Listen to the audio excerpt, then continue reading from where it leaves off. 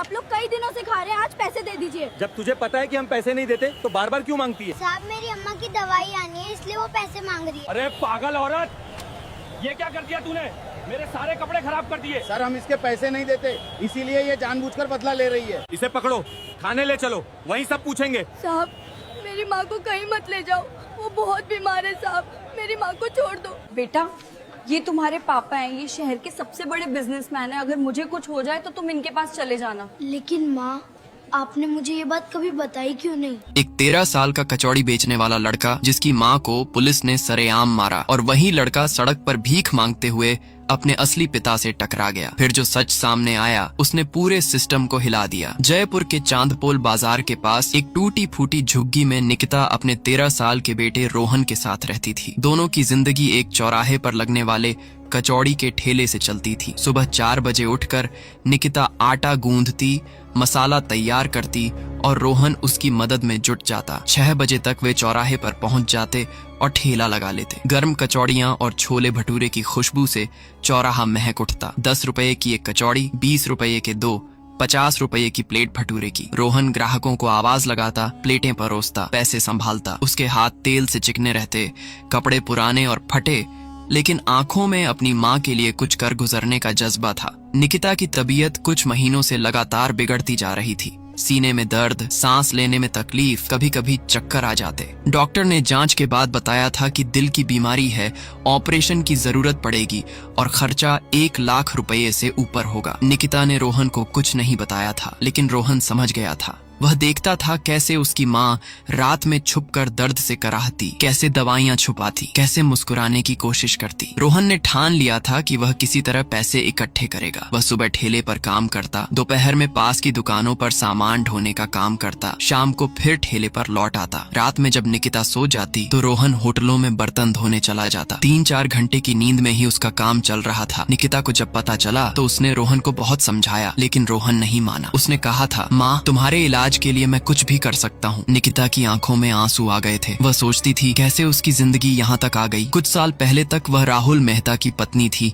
जो शहर के नामी बिजनेसमैन थे। बड़ा घर, गाड़ियाँ, नौकर चाकर सब कुछ था। रोहन 3 साल का था जब राहुल और निकिता के बीच बातों बातों में झगड़ा शुरू हुआ। राहुल का बिजनेस में ध्यान ज्यादा रहता, घर की तरफ कम। निकिता को लगता कि वह और रोहन उपेक्षित हो रहे हैं। छोटी छोटी बातों पर तकरार होने लगी। एक दिन झगड़ा इतना बढ़ गया कि दोनों ने तलाक लेने का फैसला कर लिया। लेकिन रोहन का सवाल था, दोनों ही अपने बेटे से बेइंतहा प्यार करते थे। कोई भी रोहन को छोड़ने को तैयार नहीं था। मामला कोर्ट में गया। राहुल ने अपने वकीलों की पूरी फौज लगा दी, लेकिन कोर्ट ने फैसला निकिता के हक में दिया। 3 साल का बच्चा माँ के साथ रहेगा यह तय हुआ। राहुल टूट गया। उसने निकिता से गुजारा भत्ता देने की बात की, लेकिन गुस्से में निकिता ने मना कर दिया। उसने कहा, मुझे तुम्हारे पैसों की जरूरत नहीं, मैं अपने बेटे को खुद पाल लूंगी। राहुल ने समझाने की कोशिश की, लेकिन निकिता अपनी बात पर अड़ी रही। राहुल दिल्ली चला गया और वहाँ से उसका बिजनेस संभालने लगा। निकिता शुरू में अपने मायके चली गई, लेकिन वहाँ भी ज्यादा दिन नहीं टिकी। भाई भाभी के ताने सुनने पड़ते। उसने एक छोटा सा कमरा किराए पर लिया और छोटे मोटे काम करके गुजारा चलाने लगी। रोहन धीरे धीरे बड़ा होता गया। स्कूल में दाखिला हुआ, लेकिन पैसों की तंगी की वजह से पढ़ाई छूट गई। निकिता ने कोशिश की, लेकिन हालात ने साथ नहीं दिया। फिर एक दिन निकिता ने ठेला लगाने का फैसला किया। उसे कचौड़ी बनानी अच्छी तरह आती थी, घर में भी बनाती थी। उसने सोचा क्यों ना यही काम शुरू किया जाए। थोड़े पैसे जोड़कर उसने एक पुराना ठेला खरीदा और चौराहे पर कचौड़ी बेचने लगी। शुरू में बहुत मुश्किल हुई। लोग तरह तरह की बातें करते। कोई कहता, ये पढ़ी लिखी औरत ठेला क्यों लगा रही है। कोई कहता, पति ने छोड़ दिया होगा इसलिए। निकिता सब कुछ सुनती और चुप रहती। उसे बस अपने बेटे की परवाह थी। धीरे धीरे उसकी कचौड़ियां मशहूर होने लगीं। लोग स्वाद की तारीफ करते, ग्राहक बढ़ने लगे। रोहन भी बड़ा हो गया था और माँ का पूरा साथ देता था। दोनों मिलकर मेहनत करते और किसी तरह 2 वक्त की रोटी का इंतजाम हो जाता। लेकिन मुसीबतें यहीं खत्म नहीं हुई। चौराहे पर रोज सुबह शाम पुलिस की गश्त लगती थी। रविकांत, राजमोहन, रजनीश, राजीव, रमन 5 कांस्टेबल थे जो इस इलाके में तैनात थे। शुरू में वे भी ग्राहक बनकर आते और कचौड़ी खाते, पैसे भी देते थे, लेकिन फिर धीरे धीरे उनका रवैया बदलने लगा। एक दिन रविकांत ने कहा, अरे भाई हम तो रोज आते हैं तुम्हारे यहाँ, थोड़ी छूट तो मिलनी चाहिए। निकिता ने मुस्कुराकर कहा, साहब जो भाव है वही लगता है सबको। रविकांत चिढ़ गया। उसने कहा, देखो ज्यादा अकड़ मत दिखाओ, हम चाहें तो तुम्हारा ठेला यहाँ से हटवा सकते हैं। निकिता डर गई, लेकिन रोहन ने बीच में कहा, साहब हम कोई गलत काम नहीं कर रहे, हमारा लाइसेंस भी है। राजमोहन ने रोहन की तरफ देखा और बोला, छोकरा बड़ों के बीच में बोलता है, चुप रह वरना थप्पड़ मार दूंगा। रोहन चुप हो गया। निकिता ने कहा, साहब आप लोग आइए कचौड़ी खाइए, मैं जितना कम कर सकती हूँ करूंगी। उस दिन के बाद पुलिस वाले रोज आने लगे। कभी 10 रुपए में 3 कचौड़ी मांगते, कभी 50 की प्लेट में सिर्फ 20 रुपए देते। निकिता मना नहीं कर पाती क्योंकि उसे डर था कि कहीं ये लोग उसका ठेला न हटवा दें। फिर धीरे धीरे पुलिस वाले और बेशर्म होते गए। अब वे बिना पैसे दिए ही चले जाते। निकिता कुछ कहती तो रविकांत कहता, अरे कल दे देंगे, इतनी जल्दी क्या है। लेकिन कल कभी नहीं आता। एक हफ्ते में 4-5 बार वे आते और मुफ्त में खाकर चले जाते। रोहन को बहुत गुस्सा आता। वह कहता, माँ इनको साफ मना कर दो। लेकिन निकिता डरी हुई थी। वह कहती, बेटा छोड़ दे, हम गरीब लोग हैं, उनसे लड़ नहीं सकते। रोहन समझ नहीं पाता था कि यह कैसा इंसाफ है। पुलिस वाले जो लोगों की मदद करने के लिए होते हैं वही गरीबों को लूट रहे हैं। एक दिन की बात है, रविकांत, राजमोहन और रजनीश तीनों जीप से उतरे और ठेले के पास आए। रविकांत ने कहा, आज भूख बहुत लगी है, जल्दी से 5-5 कचौड़ी लगाओ और हाँ चटनी ज्यादा देना। निकिता ने झट से प्लेटें तैयार की और सामने रख दी। तीनों ने मजे से खाया और फिर जीप की तरफ बढ़ने लगे। रोहन ने हिम्मत करके कहा, साहब पैसे।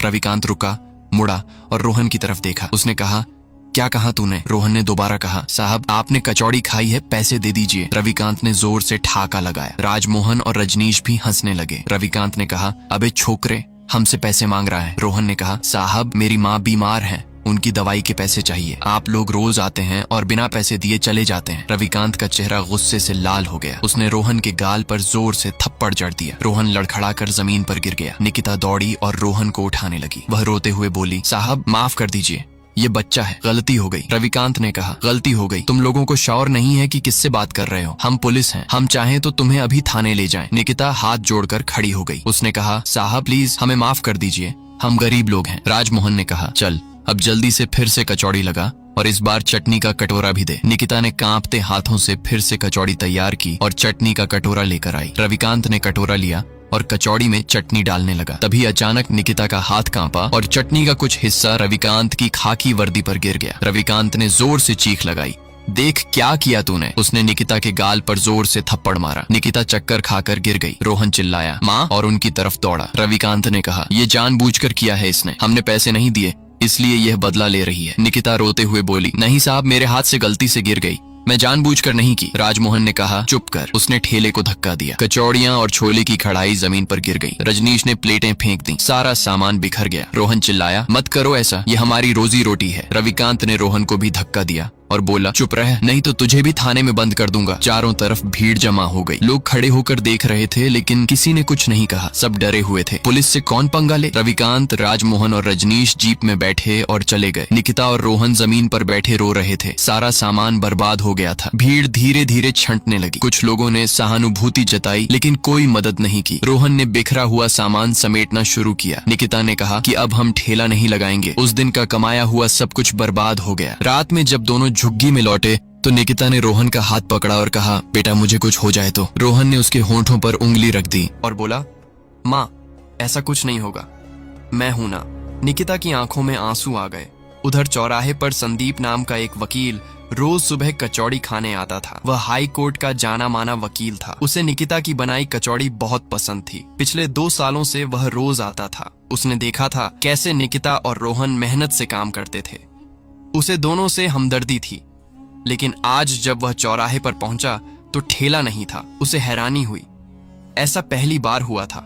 उसने आसपास के लोगों से पूछा कि वह औरत और लड़का कहाँ हैं जो यहाँ कचौड़ी बेचते थे। एक दुकानदार ने बताया कि कुछ दिन पहले पुलिस वालों ने उनको बहुत मारा था और उनका सारा सामान फेंक दिया था। तब से वे यहाँ नहीं आए। संदीप का खून खौल गया। उसने पूछा, पुलिस वालों ने ऐसा क्यों किया? दुकानदार ने बताया कि पुलिस वाले रोज आते थे और मुफ्त में खाना खाते थे। एक दिन उस औरत के हाथ से गलती से चटनी एक पुलिस वाले की वर्दी पर गिर गई। बस उसके बाद उन्होंने बहुत मारा। संदीप ने पूछा, क्या किसी ने वीडियो बनाई थी? दुकानदार ने कहा, मुझे नहीं पता। संदीप ने और लोगों से पूछा। सब कहते थे कि हाँ हमने देखा था, लेकिन किसी के पास वीडियो नहीं थी। संदीप निराश हो गया। उसने सोचा, अगर कोई सबूत नहीं है तो केस कैसे लड़ेगा। वह वापस जाने लगा। तभी एक आदमी उसके पास आया और बोला, साहब आप कुछ पूछ रहे थे? संदीप ने कहा, हाँ मैं उस औरत और लड़के के बारे में जानना चाहता हूँ जो यहाँ कचौड़ी बेचते थे। आदमी ने कहा, साहब मेरे पास उस दिन की वीडियो है। संदीप की आंखें चमक उठी। उसने कहा, सच? आदमी ने कहा, हाँ साहब मैं यहीं पास में रहता हूँ। उस दिन मैं अपनी छत पर खड़ा था और मैंने सब कुछ देखा। मैंने अपने मोबाइल से वीडियो बना ली थी।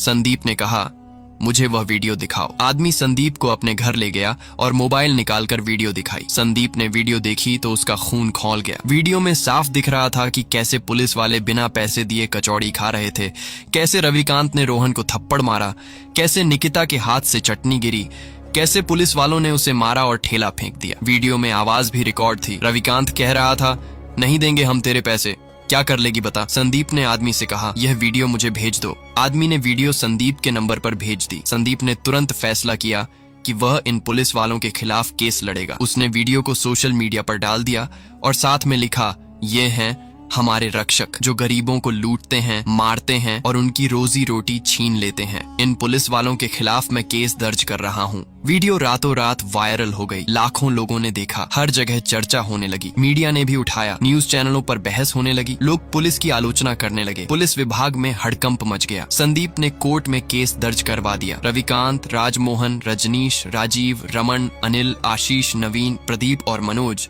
सभी के खिलाफ केस हुआ। पुलिस विभाग ने सभी को सस्पेंड कर दिया। मीडिया में इतनी चर्चा थी कि कोई भी वकील इन पुलिस वालों का केस लड़ने को तैयार नहीं था। सब डर रहे थे कि अगर उन्होंने इनका केस लिया तो जनता का गुस्सा उन पर भी फूटेगा। एक दिन निकिता की तबीयत और बिगड़ गई। उसे तेज बुखार आ गया और सांस लेने में बहुत तकलीफ होने लगी। रोहन उसे फिर से डॉक्टर के पास ले गया। डॉक्टर ने चेतावनी दी कि अब और देर नहीं की जा सकती, फौरन ऑपरेशन करना होगा वरना खतरा बढ़ जाएगा। रोहन ने कहा, डॉक्टर साहब बस कुछ दिन और, मैं पैसे का इंतजाम कर रहा हूँ। डॉक्टर ने सख्ती से कहा, देखो बेटा, मैं समझता हूँ तुम्हारी मजबूरी, लेकिन मरीज की जान ज्यादा जरूरी है। अगर एक हफ्ते में इंतजाम नहीं हुआ तो मैं जिम्मेदार नहीं रहूंगा। रोहन के सामने अंधेरा छा गया। एक हफ्ता, सिर्फ एक हफ्ता, वह कहाँ से इतने पैसे लाएगा? इतने में निकिता ने उसे अपने पास बुलाया। उसने कमजोर आवाज में कहा, रोहन, मुझे तुमसे कुछ बात करनी है। रोहन बैठ गया। निकिता ने अपने तकिए के नीचे से एक पुरानी फोटो निकाली। उसमें 3 लोग थे, एक छोटा सा बच्चा, एक औरत और एक आदमी। रोहन ने ध्यान से देखा। बच्चा तो शायद वह खुद था और औरत उसकी माँ, लेकिन यह आदमी कौन था? निकिता ने कहा, बेटा ये तुम्हारे पापा हैं। रोहन चौंक गया। उसने पूछा, क्या? निकिता ने सारी कहानी सुनाई। कैसे वह और राहुल मेहता शादीशुदा थे, कैसे रोहन का जन्म हुआ, कैसे झगड़े हुए और कैसे तलाक हो गया। रोहन सब सुनता रहा। उसे विश्वास नहीं हो रहा था।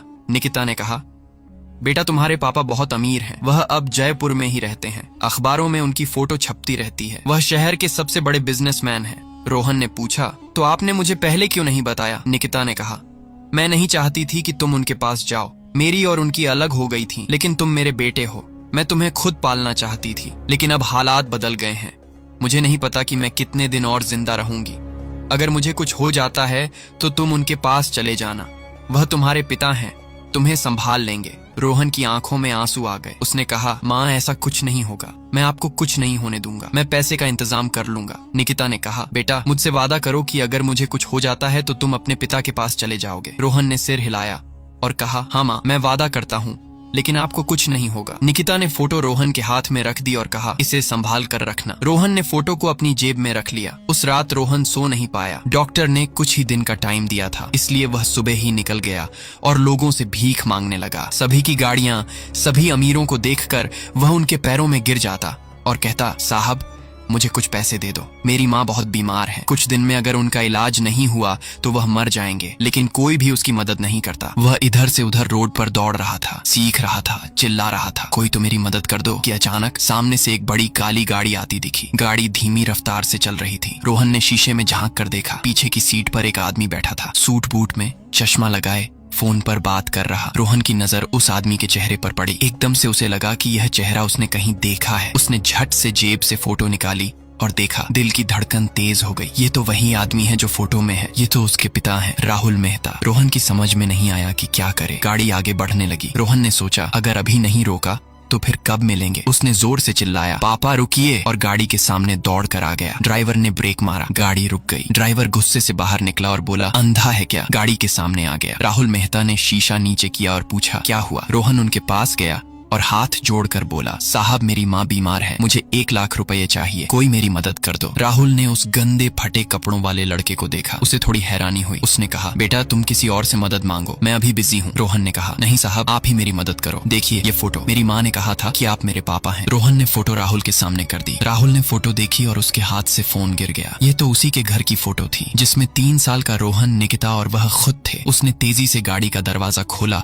और बाहर आया। उसने रोहन को देखा। 13 साल का लड़का, फटे कपड़े, चेहरे पर मैल, लेकिन आंखों में वही मासूमियत जो उसके बेटे में थी। राहुल ने कांपते हुए हाथों से रोहन के कंधे पकड़े और पूछा, तुम कौन हो? रोहन ने कहा, मेरा नाम रोहन है। राहुल के पैरों से जमीन खिसक गई। रोहन, उसका बेटा। उसने रोहन को गले से लगा लिया और फूट फूट कर रोने लगा। वह बोला, बेटा, मैं तुझे कब से ढूंढ रहा हूँ। मैं पुराने घर गया था, मैंने तेरी नानी से पूछा, मैंने हर जगह तलाश की, लेकिन तुम्हारा कहीं पता नहीं चला। तुम कहाँ थे बेटा? रोहन भी रो रहा था। उसने कहा, पापा, मैं और माँ यहीं हैं, हम ठेला लगाते हैं।